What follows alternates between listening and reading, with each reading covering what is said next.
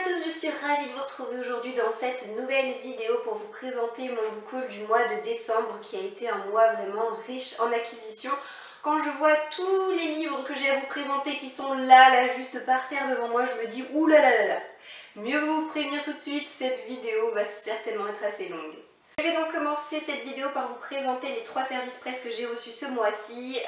Sachez que j'ai reçu un mail de la part des éditions de Noël il y a quelques semaines de ça maintenant, me proposant tout simplement un partenariat avec leur maison d'édition, donc je les remercie vraiment d'avoir pensé à moi. J'ai jeté mon dévolu sur 2 livres venant de chez eux, à commencer par Le jour où Anita envoyait tout balader.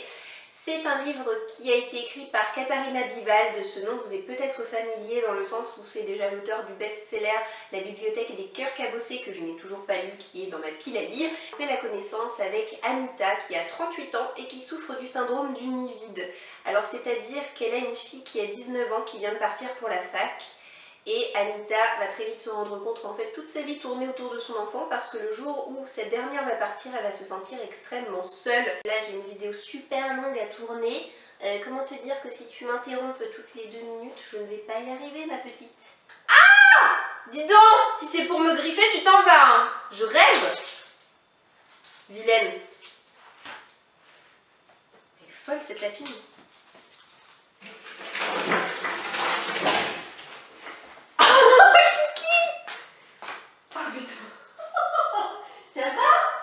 Je crois qu'elle est toujours vivante. Anita va donc avoir la sensation que les jours se ressemblent tous, qu'ils sont sans saveur, que les heures s'étirent à n'en plus finir. Elle va donc décider de trouver un nouveau sens à donner à sa vie. Pour ce faire, elle va prendre plusieurs résolutions et la première d'entre elles va être de prendre des cours afin de passer son permis moto.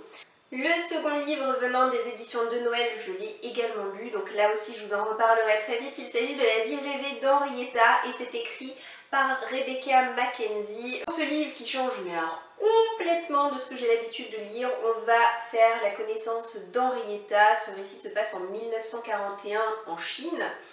Et Henrietta, c'est tout simplement la petite fille d'un couple de missionnaires qui vit dans une école relativement catholique dans une province chinoise, et elle a désespérément besoin d'attirer l'attention de ses camarades de classe et de ses professeurs. Et c'est une lecture assez surprenante et je suis assez pressée de pouvoir vous en reparler.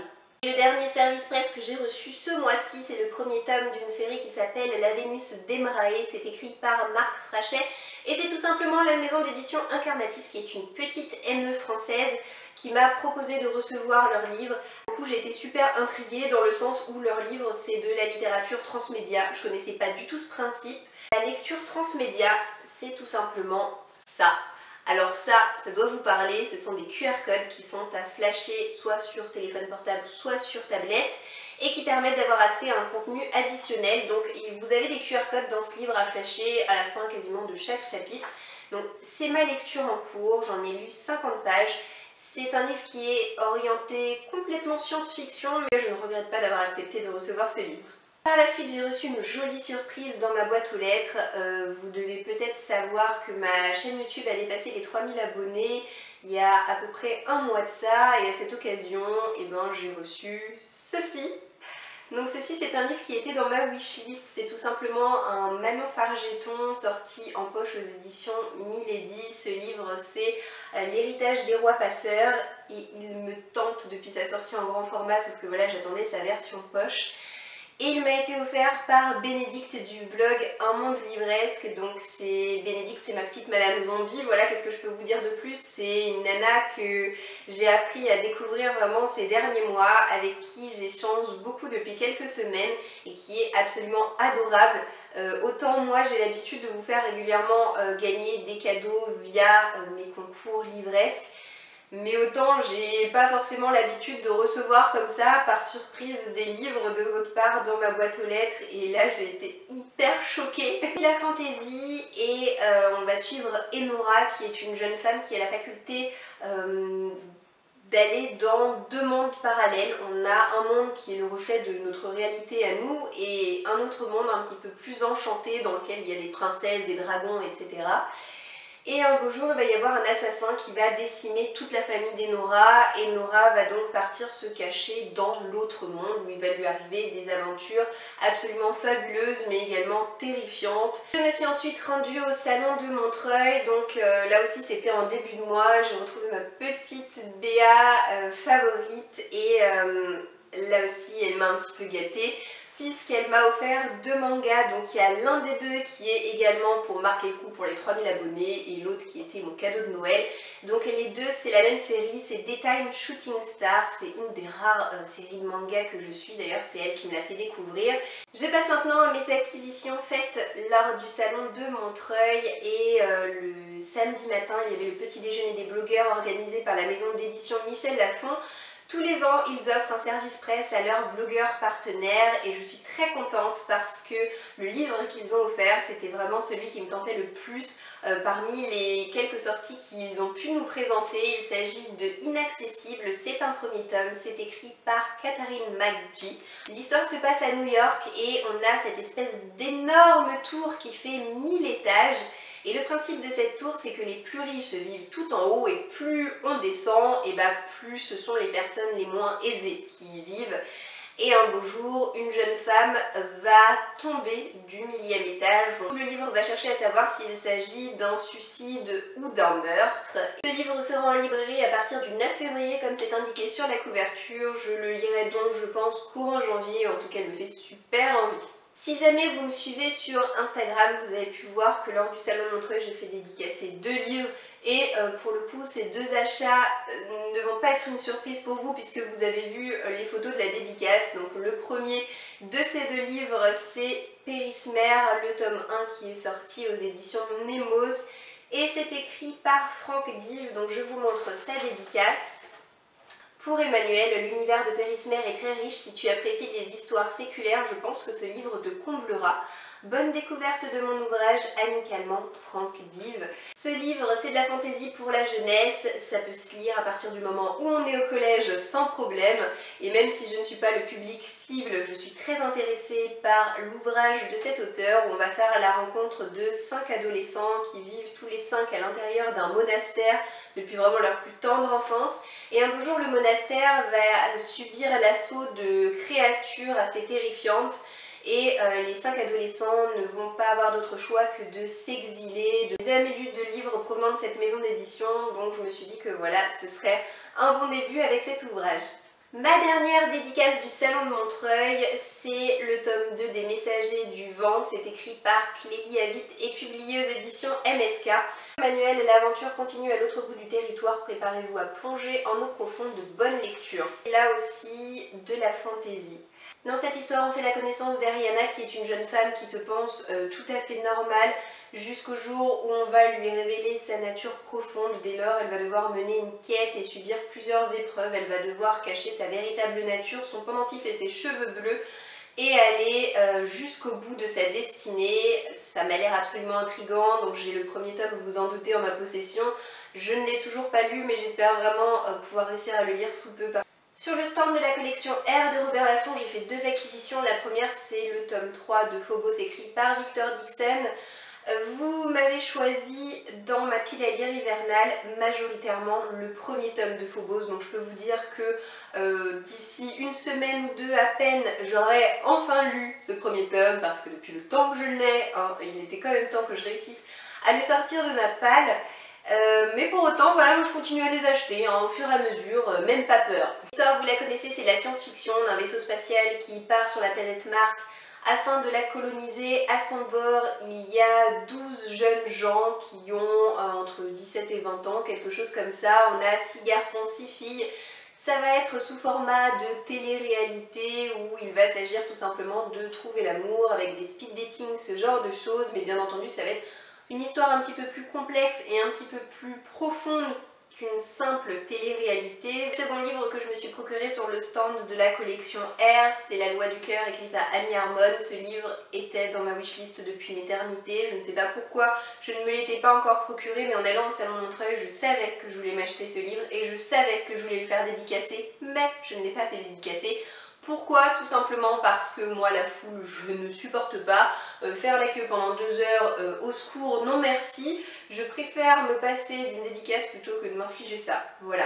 Dans cette nouvelle romance, on va faire la connaissance de Georgie, qui est une cowgirl, qui est un petit peu une campagnarde, et également de Moïse qui est ce qu'on appelle un bébé crack. Alors il a été retrouvé abandonné, emmailloté dans un lavomatique, c'est un petit peu pour ça qu'on l'a appelé Moïse, parce que vous savez Moïse sauver des eaux, alors voilà, super jeu de mots.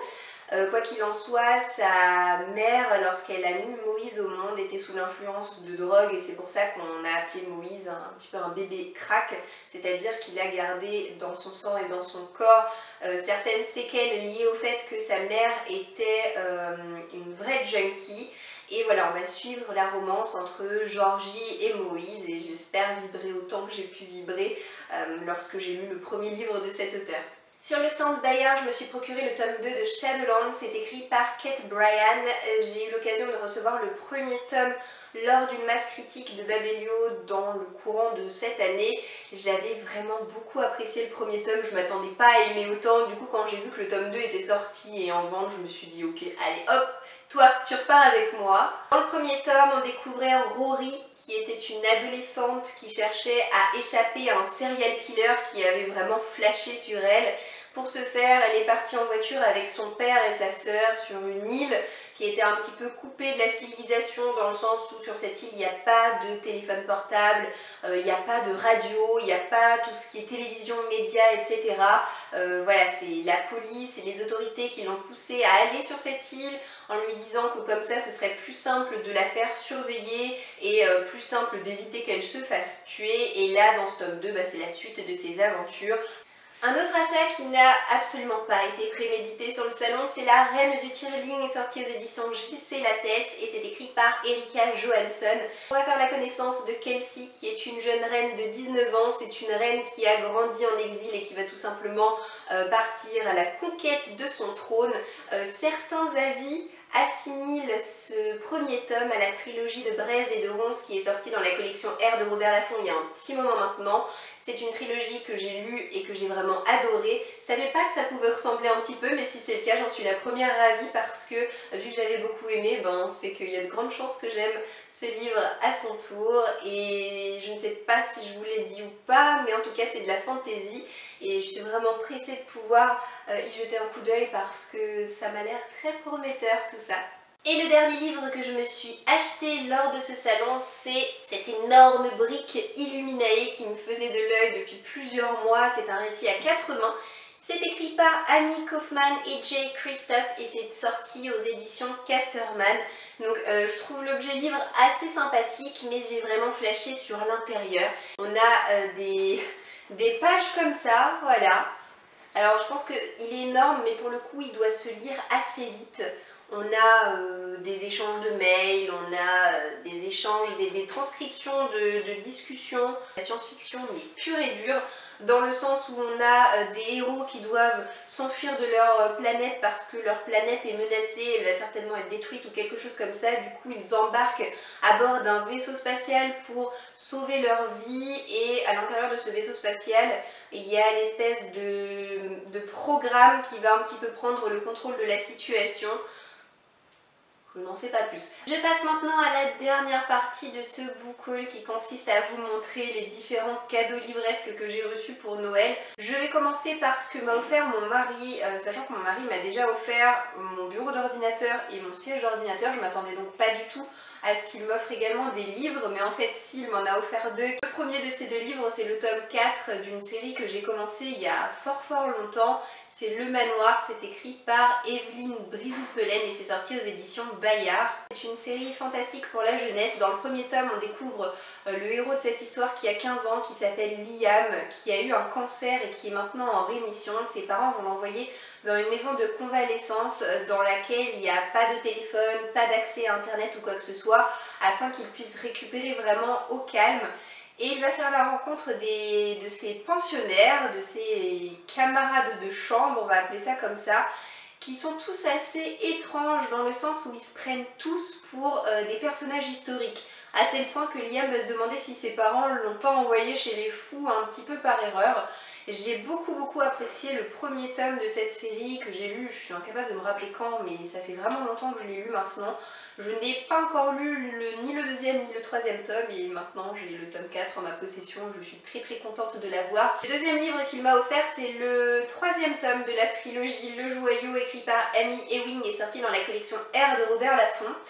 Alors certes, ce troisième tome était dans ma wishlist, donc je souhaitais me le procurer tôt ou tard, mais je ne m'attendais pas à l'avoir si tôt en ma possession, que je vous explique pourquoi. J'ai lu le premier tome il y a quelques mois de ça maintenant et j'ai eu un avis assez mitigé. Je crois que de mémoire je lui avais mis 3 sur 5, donc ça avait été une bonne lecture, mais à laquelle j'avais émis quelques réserves et j'attendais vraiment de lire le deuxième tome avant de me dire ok, je craque pour le troisième ou pas d'ailleurs. Bon, pour le coup je l'ai, donc je le lirai forcément. Il s'agit d'une dystopie dans laquelle les femmes les plus riches de la société ne sont pas enceintes, c'est-à-dire elles ont fait le choix de ne pas porter leur enfant dans leur ventre, mais d'acheter lors de ventes aux enchères des esclaves afin qu'elles puissent porter leur propre enfant à leur place.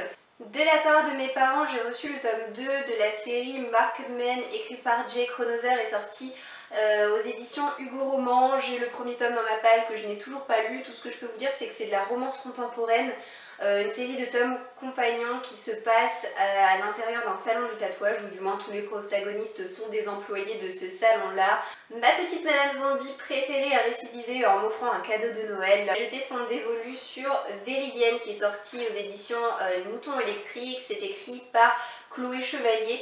C'est un livre qui a un format assez particulier dans le sens où il est vraiment très carré. C'est de la fantaisie, on est dans le royaume de Véridienne, où on va suivre une famille royale avec notamment 2 princesses et leurs suivantes qui sont au nombre de 3. Leurs suivantes, ce ne sont pas des servantes, elles sont presque leur égales, elles sont nées à un jour d'écart, je crois, des princesses, et en tout cas elles sont considérées comme des conseillères, et on va suivre tout ce petit monde. De la part de mes grands-parents, j'ai reçu un livre de Lydie Blaiseau, il s'agit de Larmes de cendre. C'est sorti aux éditions du Chat Noir, c'est le premier tome d'une nouvelle série. C'est un livre que j'ai été amenée à vous présenter lors d'une de mes vidéos, vous savez, sélection de sorties livresques. Il est sorti il y a quelques mois de ça, je dirais 2 mois à vue de nez, qui me tentait beaucoup. Là aussi j'ai vu passer des avis assez mitigés, mais peu importe, je me ferai ma propre opinion sur le sujet. Concernant cette histoire, on va suivre une héroïne qui s'appelle Daria, qui vit en Sibérie et qui est passeuse de drogue. Un boulot assez dur, c'est un boulot qui est également solitaire, mais ça lui convient très bien parce que Daria a une capacité assez peu commune, c'est-à-dire que lorsqu'elle voit un être humain, elle le voit physiquement tel qu'il sera le jour de sa mort, donc autant vous dire que parfois c'est pas très ragoûtant sur les bords. Et un beau jour, elle va faire la connaissance d'un personnage assez étrange qui est en fait un vampire, et vu que c'est un vampire et qu'il ne peut pas vraiment mourir, elle va le voir avec un aspect, on va dire, entre guillemets normal, et ça va beaucoup lui plaire.